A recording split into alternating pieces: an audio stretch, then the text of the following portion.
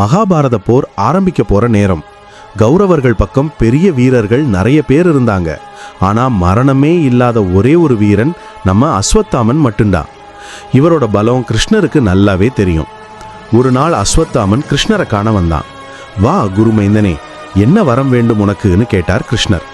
அஸ்வத்தாமன் தயங்கி தயங்கி நின்னான். அப்போ என்ன வரம்னாலும் கேளுன்னு சொன்னார் கிருஷ்ணர்.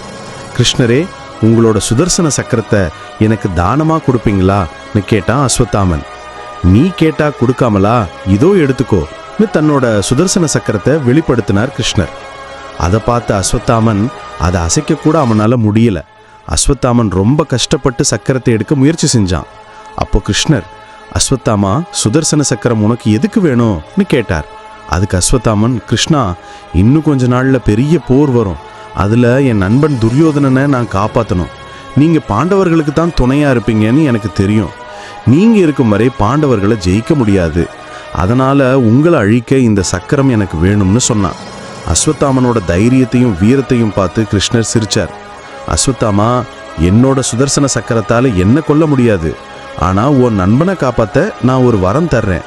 என்னோட நாராயண அஸ்திரத்தை உனக்கு தர்றேன். இந்த அஸ்திரத்தை ஏவுனா 30 முக்கோடி தேவர்களும் உன் பின்னாடி வந்து உன் எதிரிகளை நோக்கி அஸ்திரம் ஏவுவாங்க. அதனால பாண்டவ படை முழுவதும் அழிஞ்சிடும். கடைசியில நான் மட்டுமே உயிரோட இருப்பேன்னு சொன்னார். ஸோ இப்போ உங்களுக்கு புரிஞ்சுதா? ஒரு வரம் கேட்கறது கூட யோசிச்சு கேட்கணும். இல்லைன்னா நாம எதிர்பார்த்ததுக்கு பதிலா வேற ஏதாவது ஒரு வில்லங்கமான விஷயம் நடக்கும். இந்த மாதிரி நிறைய சுவாரஸ்யமான விஷயங்களை தெரிஞ்சுக்க நம்ம சேனலை ஒரு லைக் போட்டு சப்ஸ்கிரைப் பண்ணுங்க.